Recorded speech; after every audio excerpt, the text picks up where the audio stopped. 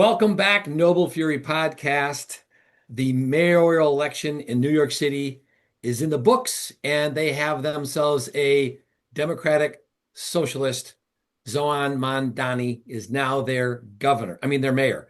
And what does that mean? He really ran on a whole bunch of crazy ideas, Jeff, including free childcare and freezing rents on hundreds of thousands of units across the city, and also on free buses. And none of those things are going to ultimately work, as we know that socialism is really wishful thinking. It's a combination of wishful thinking and ignorance.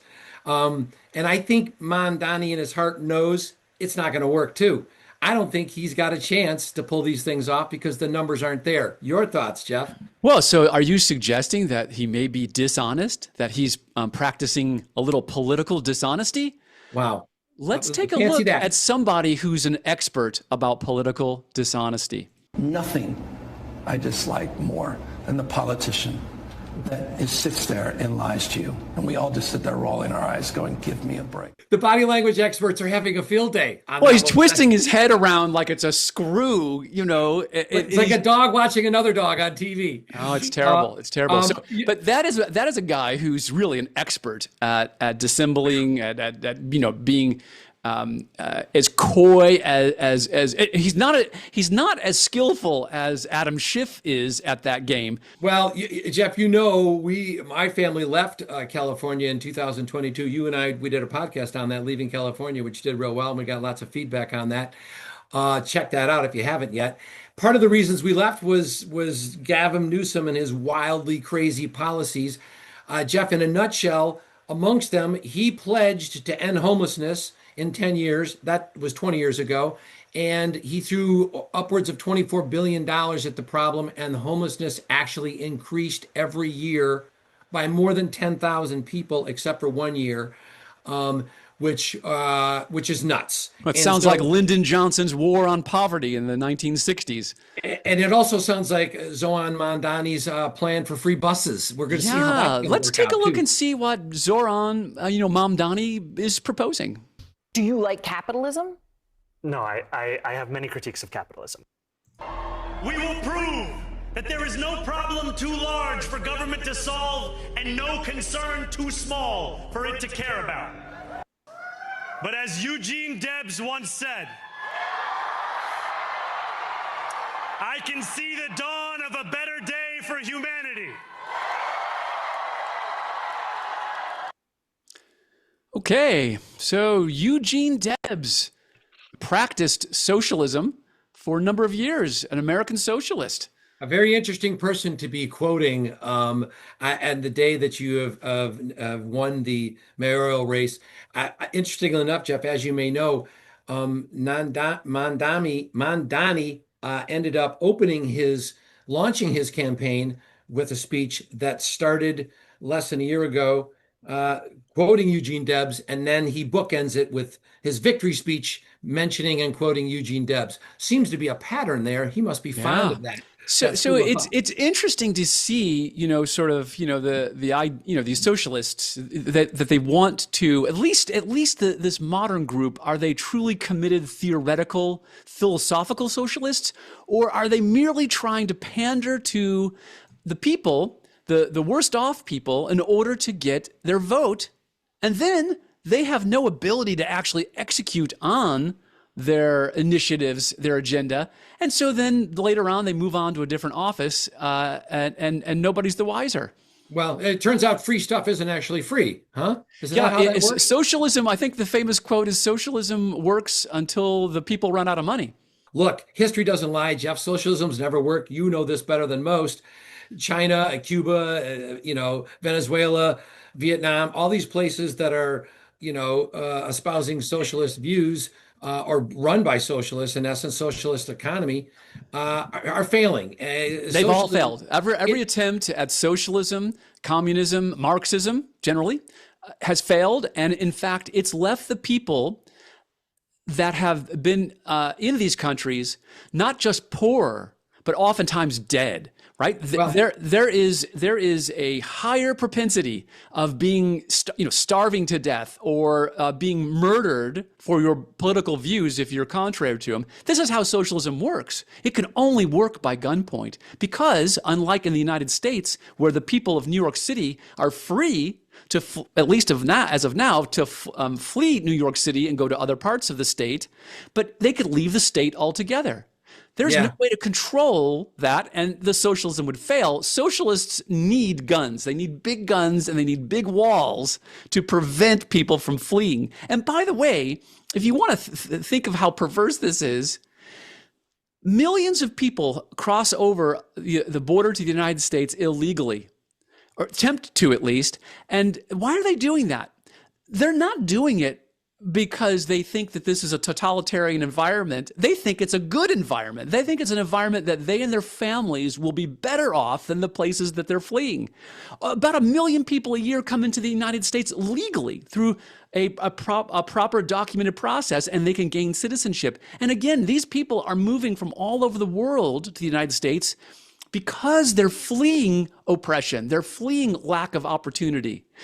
Fleeing socialistic economies. You've never in the course of human history seen millions of people try to break into a socialist country, a communist country, a Marxist country. It doesn't happen. No one does that.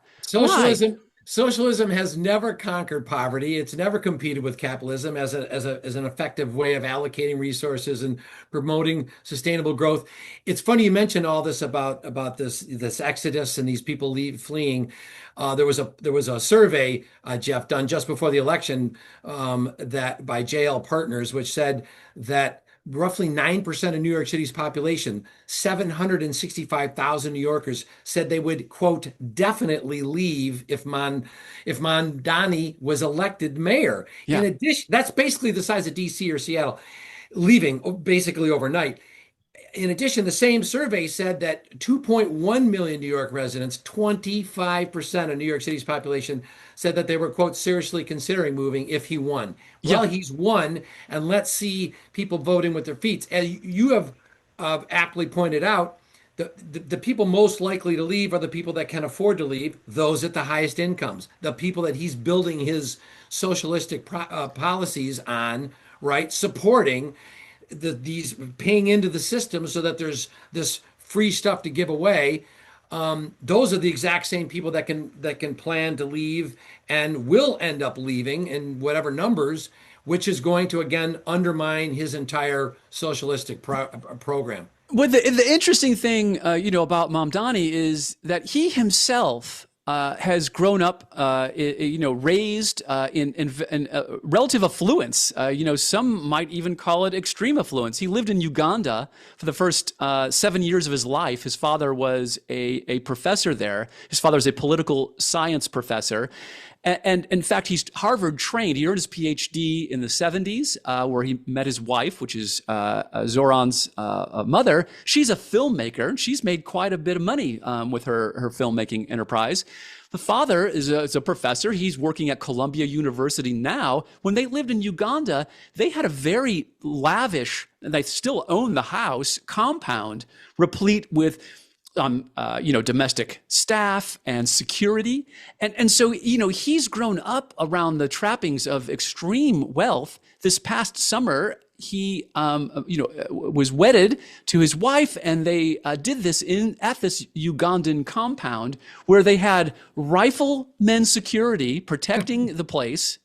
And they had tents, like military tents, and they had military grade devices to stop, communication signals between cell phones and reporters outside getting back to their stations. They didn't want this televised, and they didn't want people to know what was going on, apparently. But this is how he's grown up. And so he's pretending that he's a person of the people. He's never known anything other than extreme wealth.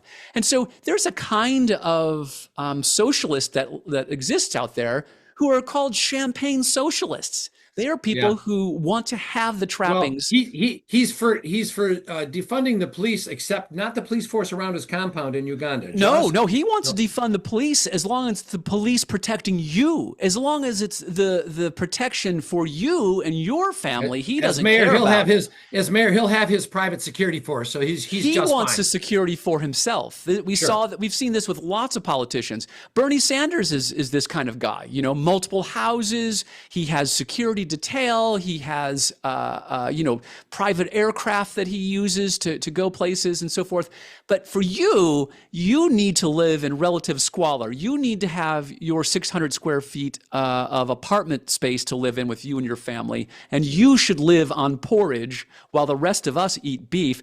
I want to share with you this. Wait, I just want to mention what's a better word, Jeff? Is it the audacity of it or the hypocrisy of it? I think it's hypocrisy. It's pretty bad. So we've got an image here from this past summer at Mamdani's wedding, and so it's a lovely setting, and this blow up here, I don't really see it that well, but you can see armed security guards. These are people carrying like AK-47s, AR-15s, and so forth.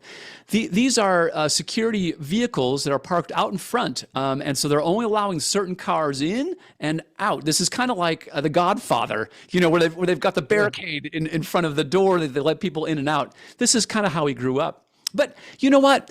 In all fairness, he's not alone. There are lots of people who are democratic socialists who are really champagne socialists. And we can all appreciate the quality of Neil Young's music. He is really a brilliant musician, composer, singer. He's brought a lot of joy to people through his music. But he's a guy who subscribes to democratic socialism. He's a strong Bernie Sanders supporter. In 2016, he was pushing for Bernie Sanders over Hillary Clinton. He said, I'm perfectly aligned with Bernie Sanders' political philosophy. And yet, here's a guy who's got a $25 million home in Hawaii. Now, this is one of his many homes. He has a 1,000-acre ranch in California. So he's made a lot of money over the years. And you know how he's done it? He's done it through protecting his IP. Let's take a look at this.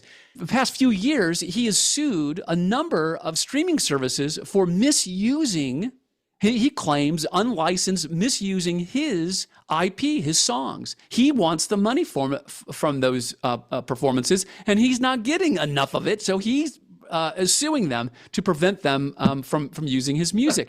There's a guy who believes firmly and deeply in property rights. If you own property that has value, you believe in property rights. And so Neil Young, again, believes in democratic socialism. He wants you to live in your 700 square foot place, but he's got multiple huge parcels of land and huge homes that he enjoys for himself. Let's talk about these free buses and how this might work. Why? I think you and I agree. I certainly believe that Mamdani knows it's not going to work. You can't pay for it. And part of the reason is the numbers just don't add up. It starts with there's a gentleman, professor from University of Mount Sinai. This professor says that the biggest hurdle that Mamdani would face is in making free buses. The reality is that it's really run by the MTA. And because the MTA is what that controls the cost of the bus fares. So Mamdani would need the support of those members of the MTA, which means you need the support of the state and those officials that appoint those individuals to the MTA. So he can't unilaterally change the bus fares. And in fact, the governor can't even change it. It's the board members of the MTA. The MTA is hemorrhaging red ink. They have a huge problem, massive deficit. They've got this congestive pricing process in place. And I think, and I'm convinced, Mamdani knows in his heart of hearts that the odds of New Yorkers getting to enjoy free buses are slim to none. The bus program is $800 million. Mamdani's gone on public record as quoting that this is quote unquote mere pennies to the city's budget of north of $100 billion. Yeah, State of it's New York- the city itself has about $100 billion budget. The 110 state, billion, yeah. well, the state, this whole state, including New York City, has $200 billion budget. So he's claiming the 800 million. He's controlling. In some sense, he's controlling at or slightly more than half of the budget of the entire state of New York. Now, New York City has 8.5 million people in it, and the whole state has about 19 and a half. So it's about half of the size of the state. So in terms of population, so it kind of is proportional. Two important points here, Jeff. One is Mamdani is convinced, and he's throwing this statistic around that 38.9% the assault on MTA bus drivers drops by almost 39% when the ridership is free. And he's, of course, professing that this is because people get on the bus, they don't have the money, they argue about the fare, and then it ends up escalating, and somehow the driver is assaulted for some reason based on payment of fare, non-payment of fares, okay, all that. So why doesn't that happen for cabbies, or why isn't that a problem for cabbies, or for Uber drivers, or for McDonald's workers? Why would it matter?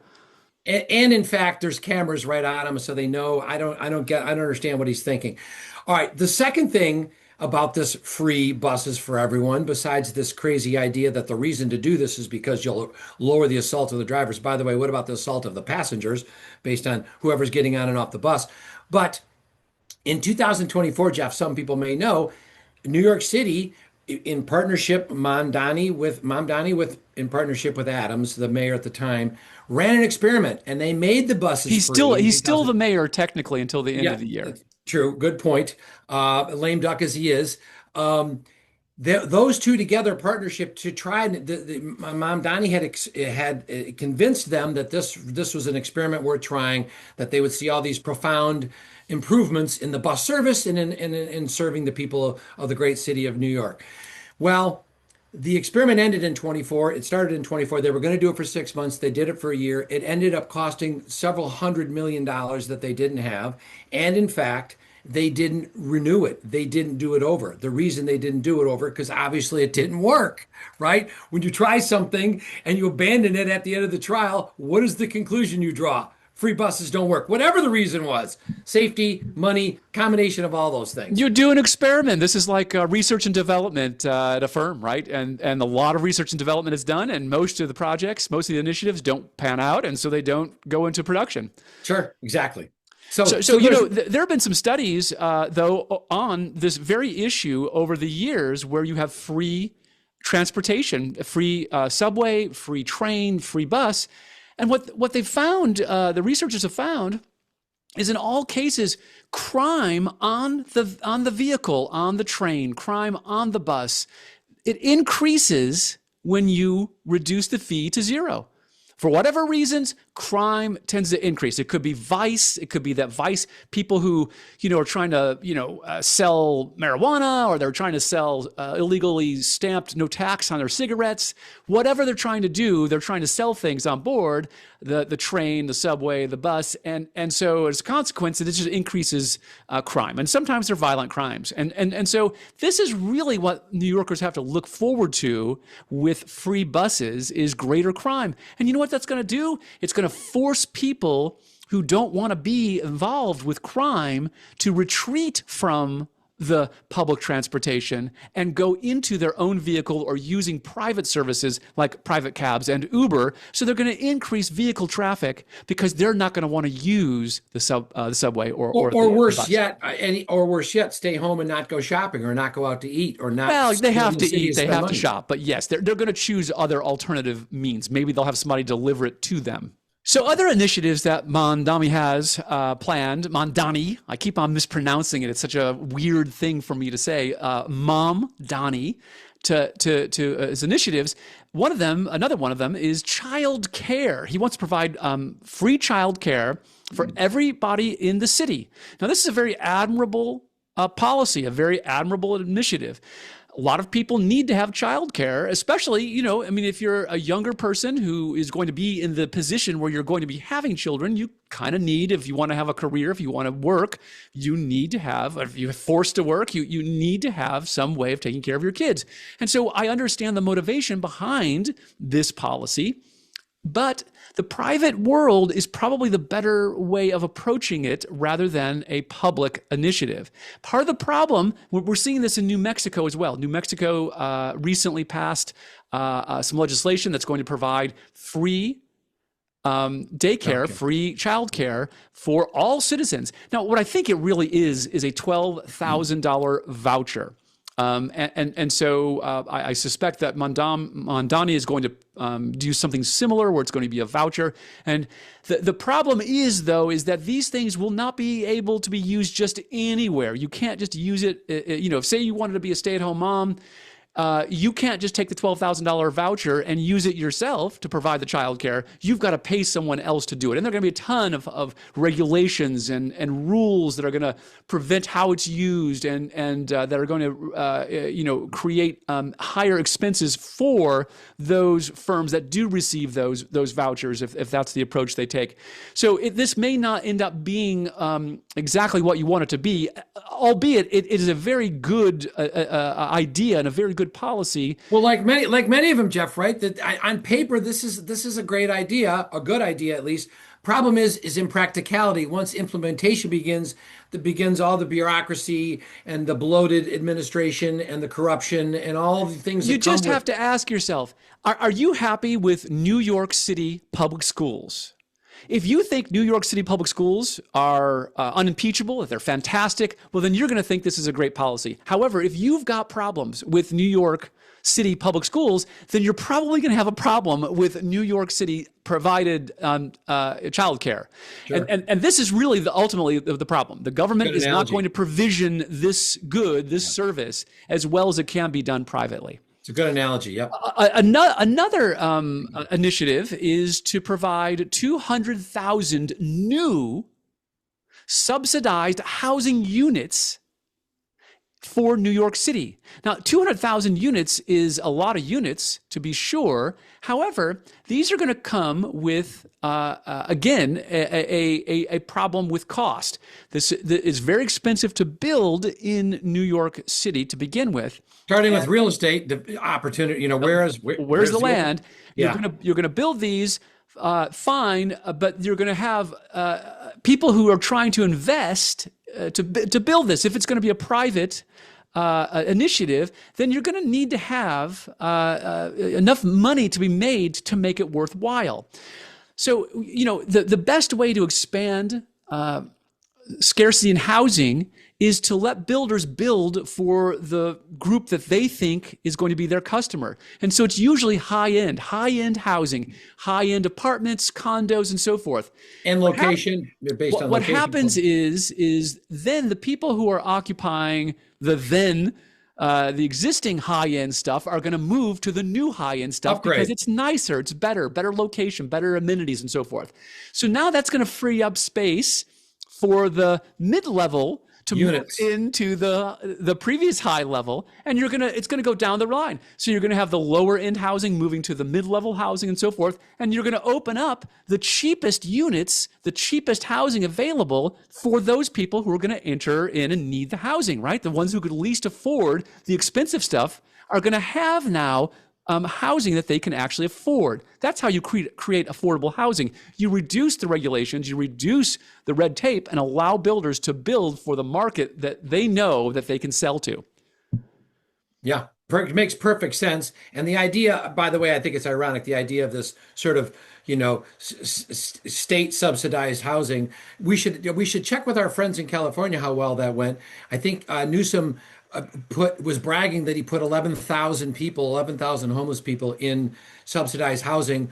Well, first of all, 11,000 people wasn't a drop in the bucket. And second of all, he was stretching the definition beyond the pale to define who he put in these housing and what the housing was. They took converted hotels, they took closed strip malls and turned them into disaster, didn't work, cost billions of dollars. And Mamdani is looking straight down the lens and saying, don't worry, I'm going to build. I can't imagine him being able to build too. And of all places, the population density of New York City, where are these people going to go? I'm going to show you a screen shot, Scott. This is really rich. Can you see the text? Yes. Okay, so Mamdani's sweeping housing proposal calls for a $100 billion investment over the next decade, paired with the construction of 200,000 new publicly subsidized and rent-stabilized units. So the investment in this is presumably not going to come from the state, because we just said that the state has an entire budget of 200 billion, the city about 100 billion. So if this initiative is 100 billion, they're going to have to raise that in the private capital markets. For lenders, they're going to look for a return of something north of 10%, probably more on the order of 12%. But we've got 3% inflation right now, right? So that's going to bring down their real rate of return. If you have rent stabilization applied to the 200,000 units that these private lenders are going to provide the capital to build for, they're not going to make any money on it, because the rents cannot increase beyond whatever that cap is. So they won't be able to generate that 10 to 12% return that's needed to finance it. It's just a non-starter. And so the state can't do it. The state's budget is 200 billion. Where are they going to come up with $100 billion? Well, that sounds like tax dollars. So are the citizens of New York going to accept more taxing? So not just more taxing, but taxing to the rate of $100 billion. Well, and so some of these initiatives, Mamdani is proposing to raise the income tax, the city income tax. So New York has a state income tax, but New York City has its own income tax, and he wants to raise that city income tax 2% on those making over $1 million a year. And the people making $1 million a year constitute roughly the top 1% of income earners. The problem is that the top 10% of income earners in New York City generate 70% of all tax revenue. So that $100 billion budget, 70% of it is coming from those that earn more than 10%, and a large portion of it, particularly those people making more than $1 million a year. So, roughly, let's just say you're looking at incomes from, 250,000 up, right? So these are the people who are going to pay for these initiatives. So he's got a problem in that the state assembly in Albany has to approve all taxing in the state. So he can't just impose this tax. It's something that has to come from the state legislature, and the governor has to approve it as well. So he's not going to be able to do this unilaterally. This has to be done in. Well, the governor's already gone. The governor's already gone on record, Jeff, of saying that she will not raise taxes on millionaires. So it's already a problem. He's also proposing raising the corporate tax to 11.5%. Does corporate income tax to 11.5% to equilibrate it with New Jersey's tax. Now, that's a state level tax in New Jersey, and he's proposing this is going to be a city level tax, 11.5%. So it seems to me what he's going to do is chase out, the roughly 200,000 people who are the high income earners. They can leave freely, and they have the easiest time leaving, the greatest means to just move down to Florida, move to Texas, move to Tennessee, and they can do that without a blink of an eye. In fact, many of these businesses who are going to suffer the higher taxes, they may choose to leave as well. They may relocate their whole business. The impact of this, even if it is a small proportion of the people, is going to be to lower the tax base, not raise the tax base. So you increase by 2% and then to 11.5% on corporations, 2% on incomes, and you're going to decrease your tax base. Exactly. The opposite effect, obviously. It's the opposite effect. Yeah. Sure. And these rent freezes generally, when you have what's called rent stabilization, economists have known this for decades, that these rent controls do not work. They do not help keep housing affordable. And there is a thing called rent control. It's called free market. the rent control itself, what it does is it creates an incentive for landlords to not improve the building because they don't get anything on the return. So they let the buildings. They can't raise the rent apart. they can't raise the rent to recap their expenses. They can't pay for. In other words, they can't pay for the renovations. They can't pay for the improvements, and Why so do 'em? the properties become dilapidated, and you eventually taken out of service as a housing unit. And so we have it increases scarcity. So instead of decreasing scarcity, it increases scarcity, and so it does the opposite thing. New York Times, which is not the what you'd consider a bastion of Republican or conservative politics, they themselves, an op-ed in the mid-90s, said rent control does not work. This is not the way to solve the affordability housing crisis back then. So I think that they had it right. Consider that, then. like you said, from the New York Times. It's right? still right today. That's right. That's right. So I think I've got one. I've got a couple more quick screenshots to share on these topics. So we jump over. This was something you had mentioned earlier. A survey was done, and it found that indeed, 70. We'll call this number here 70% of people surveyed who took the survey did not want to leave or relocate if Mamdani became the mayor. But we see that 26.5% said that they would. They were likely to either very likely or likely to consider to move.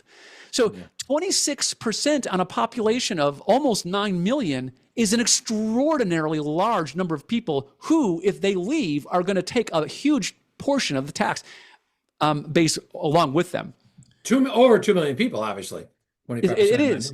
Yeah. So for every project, these big housing projects that you spend $100 million on, they have to go, because of regulations in New York, they have to go through union construction. And this increases the price of these units even more, these projects even more than they would be otherwise. So city regulations about who can actually work on this project is actually going to increase not just the direct cost, but also the length of time it takes to complete the project. And we know that those cost overruns are costly in and of themselves. So the governor, Kathy Hochul, has said that she wants to work with Mamdani on achieving his universal childcare plan. And she's estimating that it's going to be $6 billion. Again, where is this money going to come from? So you have affluent people in New York who, the day after, in fact, the day of, the moment that the numbers were called, the election was called, and the numbers came in, there were people calling this person Christopher Rim, who places kids in private schools, and so he said that he got, within 30 minutes. This is the quote here. Within 30 minutes of the AP announcing Mamdani's victory, he got 3 messages from families looking to move. So this isn't just, people talking, like you heard in the past, people saying, "Oh, I'm gonna move out of the country. I'm gonna leave the United States," and they never did it, right? Just a few people have ever done it. They already owned homes outside the United States and didn't really move. They're just gonna stay in the home they already had. This is people who've actually are making the efforts immediately.